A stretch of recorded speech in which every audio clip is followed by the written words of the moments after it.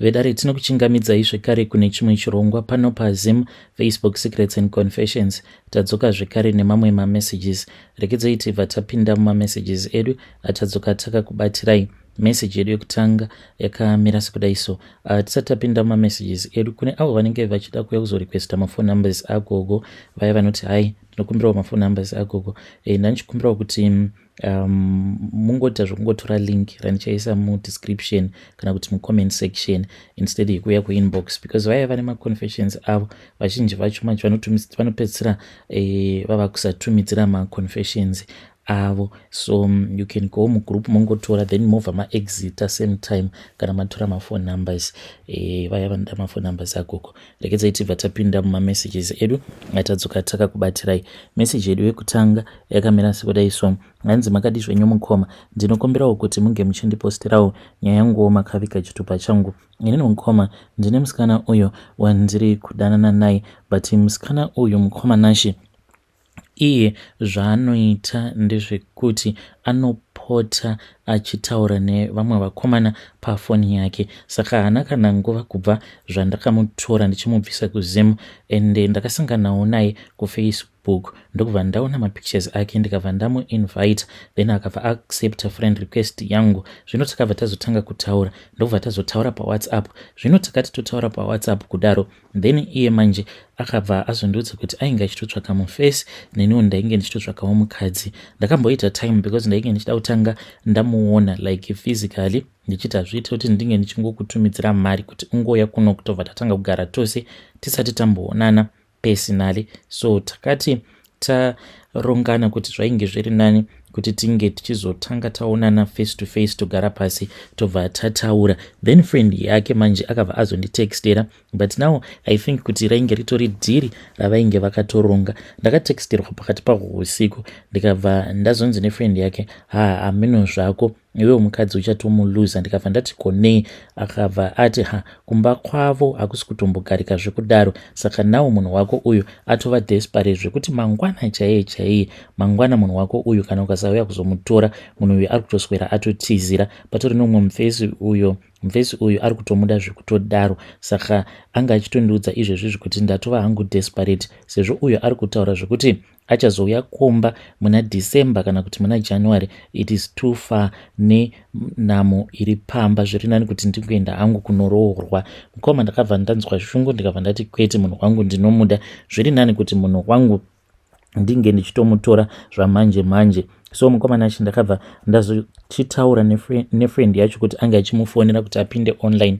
Ndakabva afonerwa paya ndokubva apinda online, ndokubva ndamudza kuti saka baby mari yandinayo panapa ndava kuti kutumidzira kuti unge uchitopinda mubhazi wobva wauya. Saka ndakatumidzira mari yekuti ange achizokwanisa kukurosesewa sezvo passport asina. Munhu ndokubva auya paya ndikatoona kutoti ko inga kwani zvaainge atori munhu bo.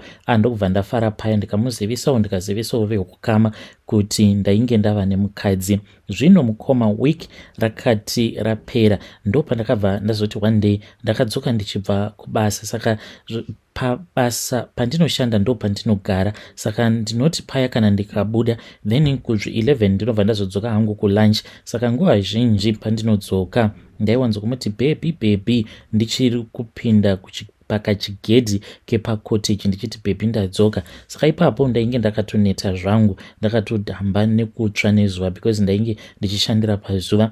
Ndakangosvika mukoma nashi, ndakati ndasvika kudaro munhu ainge asimo mumba. Saka iye akabva azonopinda mumba achimhanya, ndokubva anotora foni yake. Saka zvakabva zvazongondipa kasuspicious, ndikaita sekunge painge pasina kana maths yandainge ndamboridha zvangu. Ndakazoti paya patainge tigere zvedu ndikabva ndatora foni ndikabva ndazongoedhawo fingerprint yangu ndokubva ndanyarara. Later on ndakazoti munhu arara paya ndokubva ndazotora foni ndikabva ndaunlocka kudaro mukoma. Ndakati ndichienda kuWhatsApp kwake kana kuri sekuWhatsApp, so far varume avo vandakaona vanotaura navo paWhatsApp vanosvika so far varume avo vandaona achitaura navo paWhatsApp ivo vanosvika 16 in total. Varume vose ava ari kutaura navo nhau dzemarriage achivavimbisa, ende iye pavanhu vose ava anenge achingovaudza kuti kunoku kwandigere ndigere kumba kwasisi vangu.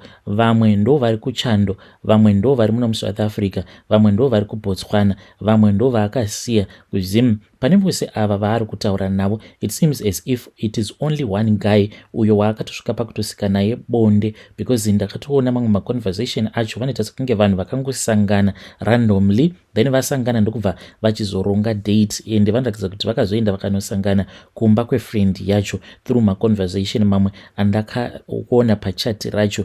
Zvino mukoma ndiri kudawo advice. Musikana uyu ndinomuda, ndanga ndakambotaura neimwe friend yangu, umwewo mudhara uyo wandinoshanda naye. Saka mudhara uyu akanditi dai wamboshingirira, because handiti uri kuona kuti munhu uyu wawakatora iye nezera rake asati anyatsova machuwa. Saka mukadzi paya paanonoroorwa anenge asati ava nefinal decision. Saka iwewe dai wachimudzikamisa, then wobva wamuudza kuti uri kuziva zvose izvo zvaari kuita, ena anofanira kuti anga achiziva kuti sezvo ari pauri iwewe ndiwe watova final destination yake. Zvino mukoma, chandava kutya ndechekuti okay, it is fine kana achiri musikana munhu anenge aine vanhu vakawanda vaanenge achidanana navo achiri pakati pekusarudza. Zvino mukoma nacho zvinozoitawo here kuti unganzi unosarudza pakati penhamba inokwana kuita 16, dai kwanga kuri kungonzi maybe vanhu vacho i2, zvino 16 here. Nhai vanhu vaMwari, ini hakusi kunzi ndakatozvitorerawo here pfambi ndikatongotora pfambi ndikariita mukadzi wangu. Ndinokumbirawo kuti vedare renyu vange vachindibatsira, ndichange ndichizotevererawo mucomment section. Vedare ndo message iyo yandakatumidzirwa ichibva kuna mukoma vedu. Please ngatizamei kuti tinge tichitaura navo mukoma vedu ava mucomment section. Zvakangoma hazvo veduwe, hanzi ndava kutya kuti zvimwe kuda ndatotora pfambi ndava kutya kuti ndatotora pfambi ndikaiita mukadzi, asi ngatitaurei navo mucomment section. Zvakangoma hazvo veduwe. 16 apa hanzi anenge achitonyepa zvake achitoita sekunge asiri pamurume. Yeah, strange things indeed they do happen in this world. Rekedzai tibva taenda panyedu inotevera. Nyedu inotevera yakamira sekudai so. Hanzi makadi zvenyu mukoma, ndinokumbirawo kuti munge muchindiposterawo nyaya yangu makavikawo chitupa changu. Zita rangu mukoma nashi inini ndinoitwawo Martha, uye zvekare ndine makore 46 years ekuberekwa.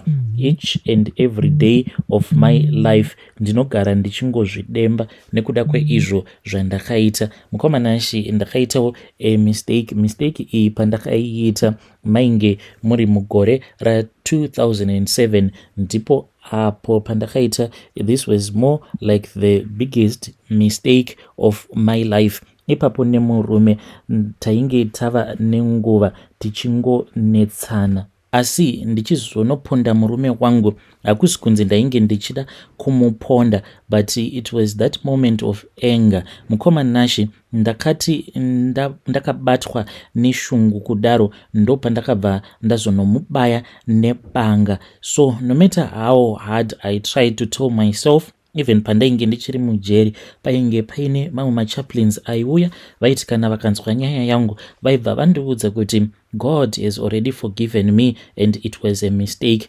But handizivi mukoma kuti ndinge ndichiziva kuti Mwari vandiregerera, vakandiregerera nekuda kweizvo zvandakaita, ndinofanira kuti ndinge ndichiita sei, or do I have to feel anything or any sign? Because zvaizvezvi mumwoyo mangu ndinongogara ndiine that regret yekuti saka ndakatouraya murume ini ndakauraya murume. Zvino izvi pazvakaitika ndainge ndichiri kugara kumbare nemurume wangu nevana, ndokwatainge tichiroja ikoko. Murume wangu iye ainge achingoitawo zvebuying and selling. Inini nemurume wangu tainge tatova ne12 years in marriage, even though tainge tiine maproblems edu, but just like any couple taiti tikanetsana paya then taibva tazogadzirisana, kana kuti vavakidzani even landlord vedu vaibva vatigadzirisa paya. I never even thought kuti zvinhu zvainge zvichazosvika apo pazvakazosvika. I still remember that night munhu akabva kwaakabva mukoma nashi, saka iye aiwanzokuhwandisa mari yake, but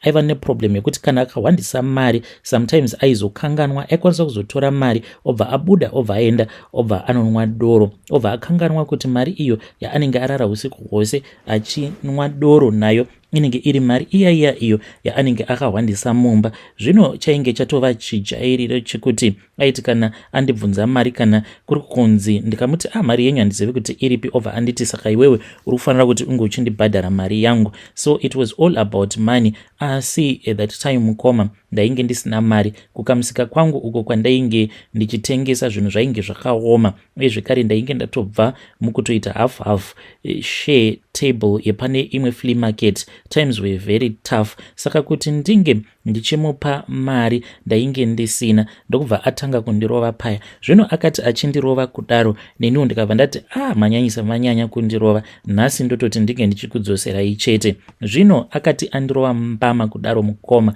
hei ndakarwadziwa zvisingaiti. Ndikabva ndati zveshuwa munhu uyu angandirovera mari yandisina kana kumbogara ndakashandisa. Ndopandakabva ndazobva kubedroom tikabva tazodarika nemudining mainge murere vana, then tikabva tazoenda kukitchen. Takati taenda kukitchen kuya mukoma, iniwo ndo pandakabva ndazonovhura draw, ndikabva ndazonotora banga. Ndichinotora banga kudaro, hakusi kunzi ndainge ndichida kuzonomubaya murume, but shungu dzangu dzainge dzingori pakuti kana ndikamurakidza kuti neniwo ndinokwanisa kumunhongera weapon, zvimwe kuda anokwanisa kuzovhunduka akatya. But ipapo mukoma murume ainge atogarwa nengozi. Instead of ending the argument, mushure mekunge ndanhonga banga, iye akabva atouya kwandiri achida kundirova. Zvino mukoma Nashi achida kundirova kudaro ainge achiti manje ndikagara ndakutorera banga iroro ziva kuti nhasi ndinokuponda. Saka akati achida kunondirova nechibhakera mukoma, ndichinovhika kudai iniwo ndakabva ndazonomubaya nebanga. Banga iri mukoma rakanomubaya pachest and it went straight into his chest. After that mukoma ndakangonzwa kadzungu kudai, ndikabva ndatotanga kutoona kuti ko ingawani ndainge ndatobaya murume. Even the shock that was on his face, ndokubva ndatotanga kutoona ropa richibuda. Akabva adonha pasi. Akati adonha pasi kudaro mukoma, iniwo ndo pandakabva ndadonhedza banga riya pasi ndichiridza mhere ndichichema. Ndakabva ndazozama kuti ndinge ndichimubatsira, but it was too late. Ndakaridza mhere, then vanhu vakabva vazouya. Vanhu pavakauya vakabva vatoona kuti murume ainge atofa, and I was just standing there ndichibvunda nekutya ndichingochema kuti zvino ndotosungwa, ndauraya munhu kani, ndauraya murume wangu. Apa ndainge ndichingochema all that time. Ukuwo vana vainge vochema sekamwana kedu kalast born iko kainge kachiri ne3 years. Saka kakabva kafamba kakabva kaenda padhuze nababa apo painge parere baba vacho, kakabva kazozara ropa everywhere. Saka zvinhu zvokuti zvakabva zvazondirwadza. Mukoma ndakabva ndazosungwa that same night. Mapurisa akauya ndokubva azonditora. Ndakagara mukoma Nashi usiku hwose ndingori muma holding cells. Saka ndakati ndiri muma holding cells kudaro, ndopandakabva ndatanga kuzvibvunza kuti asi chiko chakazoitika kuti ndiri muma holding cells kudaro. Ndainge ndichingozvibvunza kuti aziko chiko chainge chaitika chainge chakonzeresa kuti ndinge ndichizosvika pakuponda murume wangu. That moment of anger changed my entire life. Ndainge ndazviurayira murume, uye zvekare vana vangu vainge vatova nherera. Ndakabva ndazopiwa mutongo wangu, ndikabva ndazoenda kujeri. Ndiriko kujeri kuya mukoma, ndaingoti pano nepapo ndaibva ndatanga kufunga kuti koinga kwani zvanditori behind bars. Saka ndakatouraya munhu. Every day in prison I would replay movie iyo yainge yakaitika ndichinozonosvika pakunobaya murume wangu, ende ndaiti dai kwanga kuri kunzi kwainge kuine rewind button. Ipapo pandakafunga mweya wekunotora banga, aiwa ndingadai ndakafunga hangu kutiza. The guilt was just too much.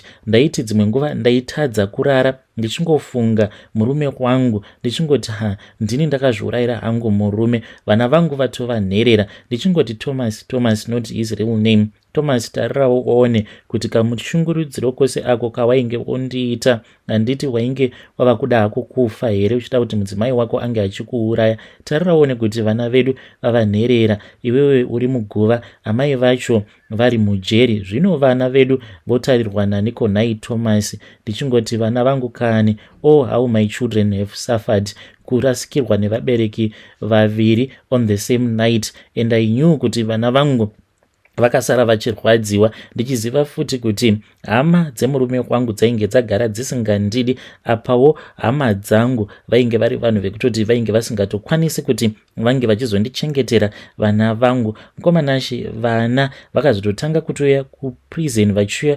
kuzondivhizitira vari vega, even though vainge vachiri vana vadiki kudaro. Vaiti vakauya ndaibva ndatanga kuchema ndichivabvunza kuti ko maunzwa nani kuno, vobva vati tafamba mama, tangofamba hedu netsoka. Ndaibva ndatanga kuridza mhere ndichitanga kufunga kuti shuwa nekamwana kangu ikako kainge kari kalast born kachiri kadiki zveshuwa kainge kafamba distance yose iyoyo. Ndichivabvunza kuti saka muri kugara nani, vachindiudza kuti vainge vachigara kumba kwevamwe elder. Ngoma zvinhu zvekuti zvainge zvondirwadza. With time vana vakazoregedza zvavo kuuya. After serving my time ndo pandakabva ndazoita released on parole, but even though ndakazobuda hangu mujeri, pari zvino ndigere hangu muno mukwekwe, ndiri kuzamawo kuti ndinge ndichigadzirisa upenyu hwangu. But chinondirwadza mukoma ndechekuti each and every day ndinoti kana ndava kunorara ndinobva ndaona murume wangu anotouya kwandiri, but anenge akangonyarara ari zii, haana kana zvaanombotaura neni, anenge angori zii zvake. So mukomanashi ndinokumbirawo kuti munge muchizondipostirawo nyaya yangu, uye zvekare kune avo kana kuri kunzi vanenge vari pakati pekunetsana, mungava muri mumamarriages kana kuti mumarelationships avo, todawo kuti vanhu vange vachiziva kuti paya pakuzononetsana zamai kuti munge muchidzora hasha, nekuti hasha ndo dzinokonzeresa kuti vanhu vange vachizosvika pakupondana. Ende kufa kwemunhu hakutombonetse, within a split second kana ukabaya munhu iyeye anenge atofa, but after munhu iyeye afa ndo paunobva wazotanga kuona kuti reality manje yatanga. Dai ipapo ndakangopindwa hangu nemweya wekuti kutiza, dai ndakangotiza hongu, kunyangwe uri munhurume uchitorwa nomumwe munhurume, zviri nani kuti unge uchinzi watiza, nekuti iwe ukada kuzozvirakidzira kuti unogonawo kurova, unokwanisa kusvika pakuponda munhu. Ende kana waponda munhu, even munhu wewe waunenge waponda anga ari iye ari wrong, zvinhu izvozvo zvinokuaffecta for the rest of your life. Ndiri munhu angu anozama kuti ange achinamata, but mukunamata kwangu sandinyore kunamata uchiziva kuti maoko ako akatsvuka ropa, maoko ako haana kuchena. Vedari ndo message iyo yandakatumidzirwa ichibva kuna vanzvadzi vedu.